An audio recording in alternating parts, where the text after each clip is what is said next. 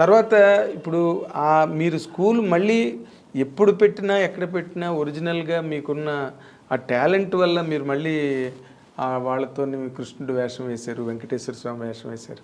అవన్నీ మీకు యాడ్ అవ్వలేదండి? యాడ్ అవ్వలేదండి. గోదావరి పుష్కరాల్లో చేశాను, బ్రహ్మోత్సవాల్లో చేశాను. ఇప్పుడు గ్రహణం సినిమా చేస్తే ఒక ప్లస్ పాయింట్, టర్నింగ్ అవుతుంది లైఫ్ అని అనుకున్నాను. ఏమీ లేదు. అతనే మీకు మళ్ళీ వేషాలు ఇవ్వలేదు కదా? మోహన్ కృష్ణ నేను ఫోన్ చేసి అడుగుతా, నేను ఏ కృష్ణ నాకు ఇన్ని సినిమాలు చేస్తున్నారు, ఇంతమంది పెద్ద ప్యాడింగ్ పెట్టుకుని నాకు వేషం లేదా అంటే నేను ఆర్టిస్ట్ని కాదా అని అడుగుతాను. అయ్యో అమ్మ, ఒక గ్రహణం లాంటి క్యారెక్టర్ మీరు చేసిన తర్వాత మీకు ఆ స్థాయికి మించిన పాత్ర ఇవ్వాలి, కానీ నేను ఎట్లా పడితే అట్లా క్యారెక్టర్ ఇవ్వలేను అన్నాడు. నేను కామ్ అయిపోయినా. కరెక్టే కదా, ఒక రకంగా నవ్వాలా ఏడవాలా తెలియదు. ఓ పక్కన పొగినట్టుంది, ఇంకో పక్కన అవకాశం రాలేదు. తను అలాంటి క్రియేషన్స్ ఉన్న డైరెక్టర్స్ తలుచుకుంటే చేయొచ్చు, ఒక పాత్ర సృష్టించవచ్చు. ఆయన భరణి గారిని కంటిన్యూ చేశారు అలాగే, కానీ నాకు ఇవ్వలేదు. తర్వాత మాయాబజార్లో ఇచ్చారు, కానీ చిన్న క్యారెక్టర్. మన ఎస్పి బాలసుబ్రహ్మణ్యం గారితో ఆ క్లైమాక్స్లో వస్తాను. భూమిక మన ఆనంద్ రాజా చేసిన మాయాబజార్ చేశాను. గ్రహణం తర్వాత మార్పు వస్తుంది అనుకున్నాను, భరత్ అని నేను తర్వాత మార్పు వస్తుంది అనుకున్నాను, రాలా. జడ్జెస్ లాయర్స్ వచ్చినాయి కానివ్వండి, మళ్ళీ ఆ స్టేచర్కి తగ్గ క్యారెక్టర్స్ రాలేదు. అంటే మీ వైపు నుంచి ఏమైనా, అంటే నార్మల్గా ఫ్యామిలీ రిలేషన్స్, ఒక కాంటాక్టు అందరితోనూ ఆ మేకప్ తీసి ఇంటికి వచ్చానా, నా ప్రపంచం నేను. మరి ఇది ఒక వ్యాపార ప్రపంచం కదండి, అసలు. మన వాళ్ళు అంటారు కదా, సినిమా ఇండస్ట్రీలో ఒక సేయింగ్ ఉంది కదా, out of mind is out of sight అని, లేదా out of sight is out of mind. మరి అది మీరు మెయింటైన్ చేయకపోవడం అన్నది మీ పొరపాటు కాదా?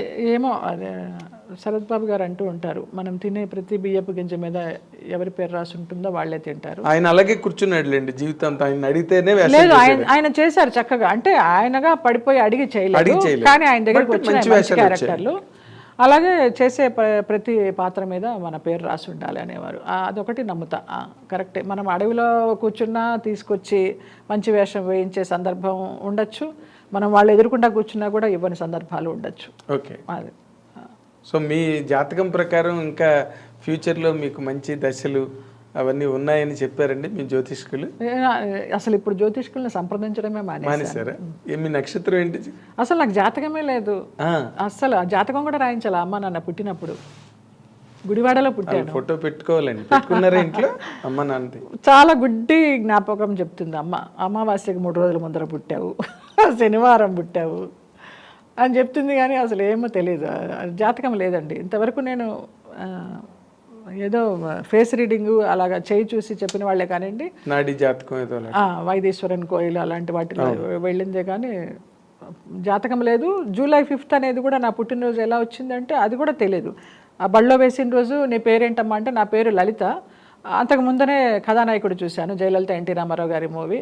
ఆ నాన్న లలిత అని చెప్పబోతుంటే నేను జయలలిత అని చెప్పాను, అలాగే జయలలిత అయ్యాను. ఆ జూలై 5th అనే డేట్ ఎలా వచ్చిందో తెలియదు, కానీ చిన్నప్పటి నుంచి ఆ సర్టిఫికేట్లో జూలై 5th ఉంది, కానీ జాతకం లేదు. ఓకే, అంతే. అసలు వండర్ఫుల్ అండి మీ ఫ్యామిలీ, అసలు మామూలు వంశం. అన్నలకి అక్కలకి అందరికీ ఉంది జాతకం, నాకే లేదు. అసలు ఇది నిజంగా మీరు ఆడవలసిన సందర్భం అంటూ ఉంటే ఇది తక్కువ ఏం అక్కల. ఎందుకంటే మీరు బోల్డ్గా ఎదుర్కొన్నారు, బోల్డ్గా నిలబడ్డారు, ప్రతి దాన్ని ఛాలెంజ్గా తీసుకున్నారు. మీరు మీ లైఫ్ని గేమ్గా తీసుకున్నారా, ఛాలెంజ్గా తీసుకున్నారండి? రెండు తీసుకోవాలి. అసలు ఆ గేమ్ ఛాలెంజ్ రెండు తెలియదు, రెండు లేవు. అదో మానన్న మీరు సాఫీగా వెళ్ళిపోతుందా? ఇప్పుడు మీతో కూర్చొని ఆనందంగా మాట్లాడానా, నైట్ వెళ్ళి తిన్నానా, నిద్రపోయినా, పొద్దున ఆరోగ్యంగా లేచానా, ఇంతే. నేను ఇద్దరిని చూశానండి, బాలు గారు, ఎస్పి బాలసుబ్రహ్మణ్యం గారు, మీరు డైరెక్ట్గా మీడియాలో ధైర్యంగా yes I'm a social drinker, నేను అందరితో నేను చెప్పానేమన్నా, అందుకే చెప్పాను నిద్రే తక్కువ ఎవరు ఆడుకుంటాను, డ్రింక్ చేస్తాను, చక్కగా విహారయాత్రలు చేస్తాను, భక్తి యాత్రలు చేస్తాను, అన్నీ ఉన్నాయి, అన్ని కోణాలు ఉన్నాయి నాకు. All in one. నా ఇష్టం, నాకు సొసైటీకి సమాధానం చెప్పాల్సిన అవసరం లేదు. నా జీవితం, నా ప్రశాంతత, నా ఇష్టం. ఉన్నది చిన్న జీవితం, అది అనుభవించు. నేను ఇందాక అన్న పాయింట్ వేరేగా తప్పిపోయిందండి. మీరు మంచి ప్రైమ్లో ఉన్నారు, మొదటి మ్యారేజ్ ఫెయిల్ అయినప్పటికీ కూడా తర్వాత మంచి ప్రైమ్లో ఉన్నారు, చాలా బ్యూటిఫుల్గా ఉండేవారు, and you're a busy actress all the while. పోనీ ఏదో మీరు నాన్ ప్రొడక్టివ్ కాదు, ప్రొడక్టివ్గా మంచి కెరీర్లో ఉన్నారు. ఎవరు మీకు ప్రపోజ్ చేయలేదండి? లేదు, ప్రపోజ్ చేయడాలు, పెళ్లి చేసుకుంటానని ప్రపోజ్ చేసే మహానుభావులు ఎవరు దొరకలేదు. ఉంచుకుంటామని వచ్చిన వారే కానీ ఉంచుకుంటామని అడిగారు చాలామంది అడిగారు. ఉంచుకోవడాలు నాకు వద్దు నాయన, మీరే ఉంచుకోండి, నన్ను ఇలా వదిలేయండి అని చెప్పాను. ఓకే. సో ప్రతిదాన్ని మీరు ఎంత న్యూట్రల్గా, ఎంత వేదాంతపరంగా తీసుకుని ఈ లైఫ్ని, అంటే మీ జీవితం దగ్గర నుంచి ఎవరైనా ఈ రోజున మీ తోటి నటినట్లు కానీ నూతన తరం కానీ నేర్చుకోవాలంటే ఏం నేర్చుకోవాలండి? నేను ఎవరిని నేర్చుకోమని చెప్పానండి. నేను రోల్ మోడల్ కాదు. మీరు ఒక రకంగా రోల్ మోడలే, మీరు కాదన్నా కూడా. ఎలా అంటే ఎన్ని షాక్స్ వచ్చినా, ఎన్ని సెట్ బ్యాక్స్ వచ్చినా, ఎన్ని ఇబ్బందులు ఎదురైనా కూడా మీరు స్టడ్ ఫాస్ట్గా, రాక్ స్టడీగా కెరీర్లో నిలబడ్డారు. ఈ రోజున మీరు ఏదో ఒక శక్తి నన్ను నిలబెట్టింది నాగేంద్ర. నాకుగా నేను నిలబడాల. అది నేను చేసుకున్న పుణ్యమా, పూర్వజన్మ సుకృతమా, నా మంచితనమా ఏది తెలియదు నాకు. అందరూ బాగుండాలి, అందులో నేను ఉండాలని అనుకునే మనిషిని. నాకున్నా లేకపోయినా, ఉంటే ₹1 దానం చేస్తాను, లేకపోతే ఒక ముద్ద పెట్టి పంపిస్తాను, భోజనం అన్నా చేసి వెళ్ళండి అని. అది నాకు జన్మతః నా తల్లిదండ్రి నేర్పిన సంస్కారం, అంతే. అదొకటి నాకు నేర్పించారు వాళ్ళు. కానీ ఇప్పటికి కూడా తల్లిదండ్రులను తలుచుకుని, అయ్యో, వాళ్ళకి ప్రతి సంవత్సరం వాళ్ళకి ఆబ్దికాలు పెడతాను. అన్నయ్య వాళ్ళ ఇంట్లో పెడితే నేను వెళ్ళి దగ్గరుండి పెట్టిస్తాను, నేనే ఖర్చు పెడతాను. బంగారాలు మీ అర్థం, అసలు ఆ విషయంలో డౌటే లే నిజంగా. అయితే నన్నిది అదేనండి, ఇందాక మీరు అన్నమాటకి నాకే మనసు చిక్కుమనిపించింది. ఇది ఉంచుకుంటామని అడిగారు. అవును. అది అలాంటి రిలేషన్స్లో మీరు ఎక్కడైనా నలిగారండి? నేను నలగలేదండి అస్సలు.